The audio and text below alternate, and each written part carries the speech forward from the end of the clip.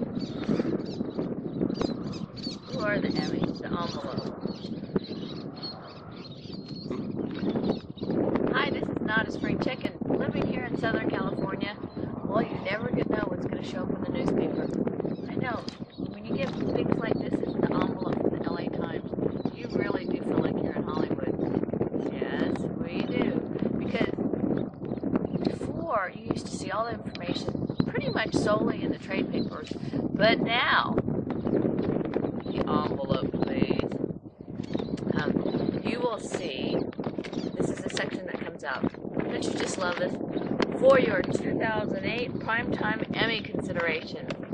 Can you believe this? This actually shows up in the newspaper here in LA. And it tells you all the different programs, nonfiction series, Deadliest Catch, Human Body, Pushing the Limits. Actually, I think that one was pretty good on the Discovery Channel. Last One Standing, Dirty Jobs. Now, before, these things didn't show up in the newspaper. They only used to pretty much show up in the trade stuff, and they're kind of, how should we say it? For the most part, everyone was oblivious to it all. Here it is, SmackDown. America's Next Top Model versus Project Runway. The Top Chef versus Hell's Kitchen. And then they'll take out full-page ads which say, for your Emmy consideration. Here's one with Dancing with the Stars. And the fun part, too, where they give you the stuff about the host. Look at, there's Ryan Seacrest, the guy from Survivor, American Race, The Amazing Race, excuse me. As you can tell, I watched that show many times. But here's also the fun part, especially for the fans and different things. For this one, for Tonight Only, Come Celebrate, they have RSVPs. So, yes, regular people, if you get these things, can actually RSVP and go to these events to see some of these screenings. Yeah, you can also do Academy stuff too. Oh, How to Look Good Naked. I don't know if you've ever seen this. I thought it was really kind of funny. You know what? He does have some really good points because isn't that, don't we all want to feel good when we're naked? Yeah. Anyway, this is totally fun. Now here's one thing I just found out is, here's all these things for your Emmy consideration. I thought that you received a nomination because you did good work. You would think that that's why you would get it. But did you know that you had to pay, yes, pay, you have to submit to be considered for an Emmy nomination? And also, does it also go with the Academy Awards? No, it doesn't for the Academy Awards. What about Golden Globes? No, just Emmys.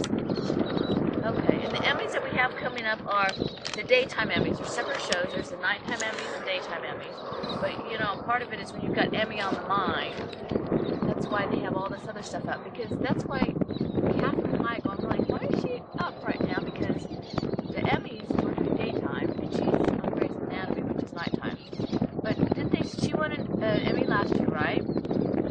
Okay, and what, she pulled her name this year? Now, how does that happen? Like, if they don't submit it, she just, okay, you decide not to submit it. So, if you don't submit when you won the previous year, does that mean, let's see, does that mean you're leaving the series? Does that mean you didn't do as well that year, or you don't think you deserve an Emmy, or it's a great publicity stunt? But wouldn't it be better just to get the Emmy again? I don't know. It's not one of those, if you don't, Tim Allen will be willing to talk to you about the fact if you don't personally make certain you're submitted, you don't get an Emmy nomination no matter what. That's right. Tim Allen did it for, which show was it? Home Improvement. For Home Improvement. He had won how many Emmys? 2 Emmys in a row.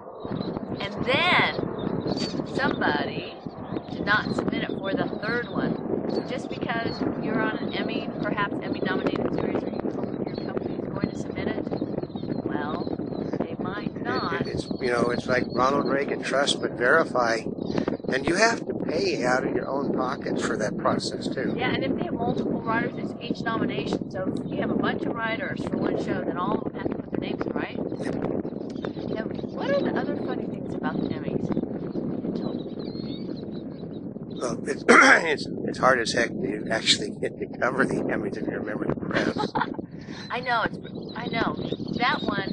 Well, it's pretty tricky, just like the Academy Awards and the Golden Globes. I mean, there's a lot of people that want to cover those events. Yeah, well, because you get to dress up in a tuxedo and gown to go cover the Emmys or the Golden Globes. Wow. That's right. But the Emmys, I don't know, I'm hoping that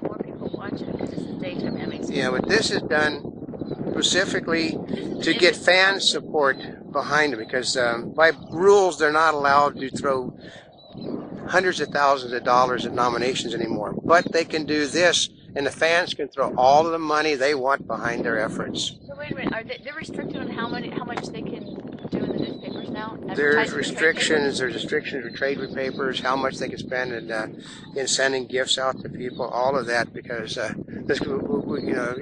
unless you know Chill Wills and Bobby Darin, you won't understand this. But they threw money like it was water just to get the nomination, and then after the nomination, they threw twice as much money, and it led to a change in the rules. And then then they bent the rules by sending out.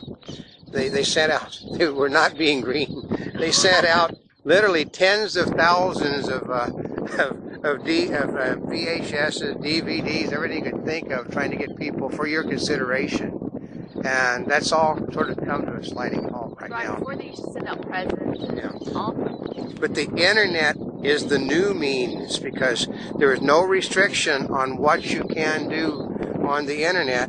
And they figure these little small advertisements will drive people to doing internet campaigns for everybody. Like this one that says green with Emmy and proud of it. This is Bravo. Right. And it gives you the, bravo.com. Let me see. Yeah, bravo.com. Oh, bravotv.com/Emmy. That's right. To our show. That's right. Top Chef, Kathy Griffin. My life on the D-list. Kathy Griffin's really pretty funny.